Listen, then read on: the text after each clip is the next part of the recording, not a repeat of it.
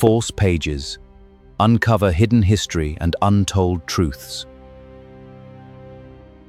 In the year 37 AD, the Roman Empire welcomed its new emperor with celebrations unlike anything the city had seen in years. His name was Gaius Julius Caesar Germanicus. You know him by his nickname, Caligula.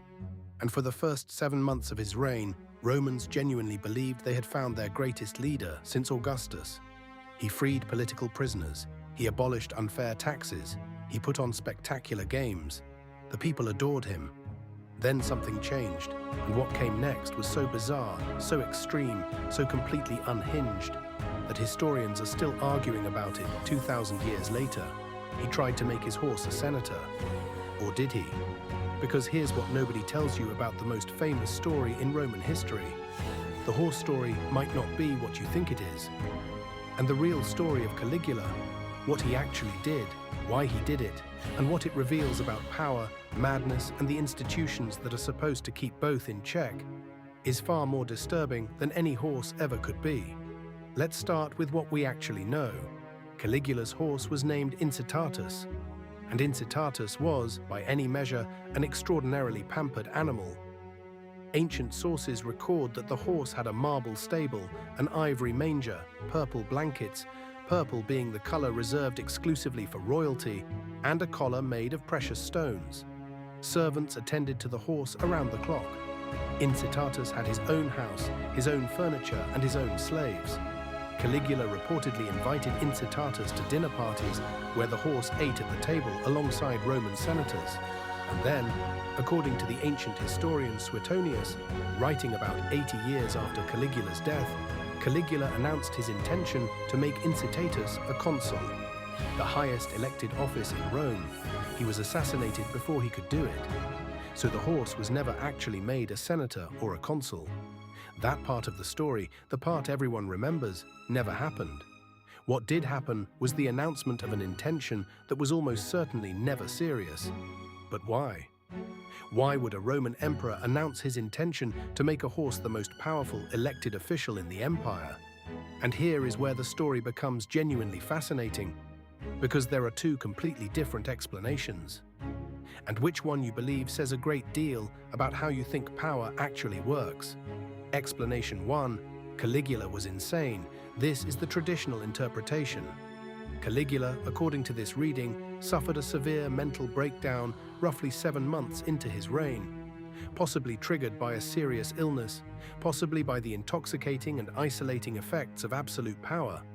He became cruel, erratic, and delusional. He declared himself a living god. He reportedly had conversations with the moon. He executed people for minor offenses or no offense at all. He was a madman, and the horse story is simply the most colorful example of his madness. Explanation 2. Caligula was making a point.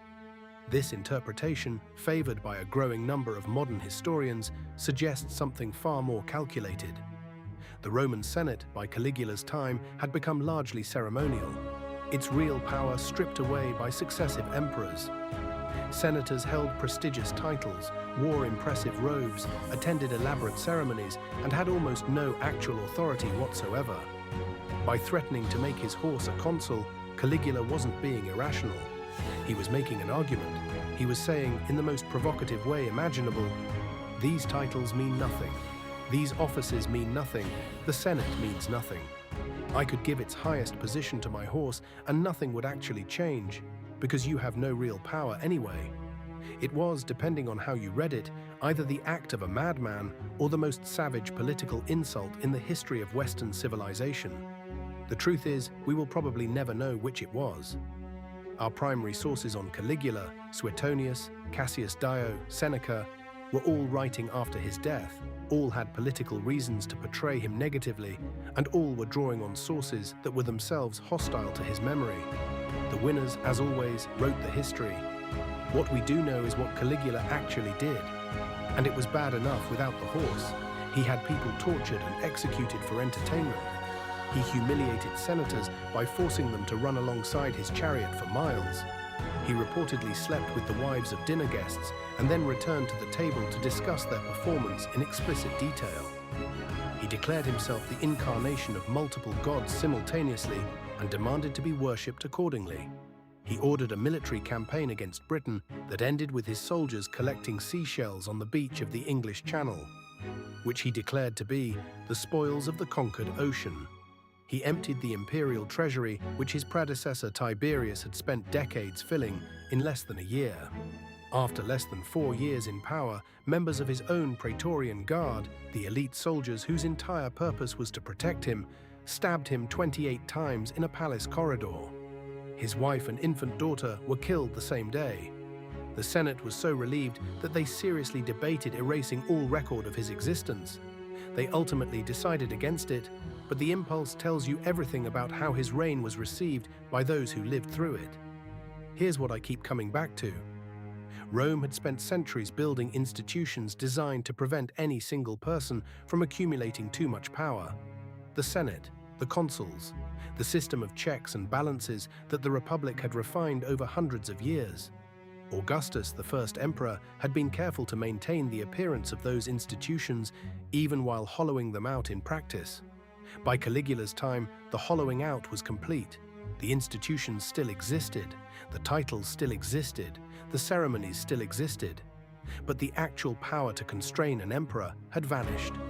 When Caligula arrived, whether mad or simply unconstrained, there was nothing left to stop him. The institutions that should have checked his power had become theatre.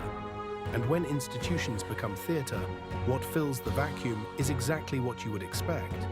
The horse story endures because it captures something true about power, even if the specific details are disputed. When one person has absolute authority and no accountability, the distance between a great emperor and a man who invites his horse to dinner is shorter than any of us would like to believe. The Praetorian Guard that killed Caligula didn't do it out of principle. They did it because they had found a better candidate, his uncle Claudius, who they believed would be easier to manage. They were wrong about that too, but that's a story for another episode. Leave your thoughts in the comments. Do you think Caligula was genuinely mad, or was the horse a calculated insult? Subscribe to False Pages, because the history you were taught was missing something, and we're going to find it.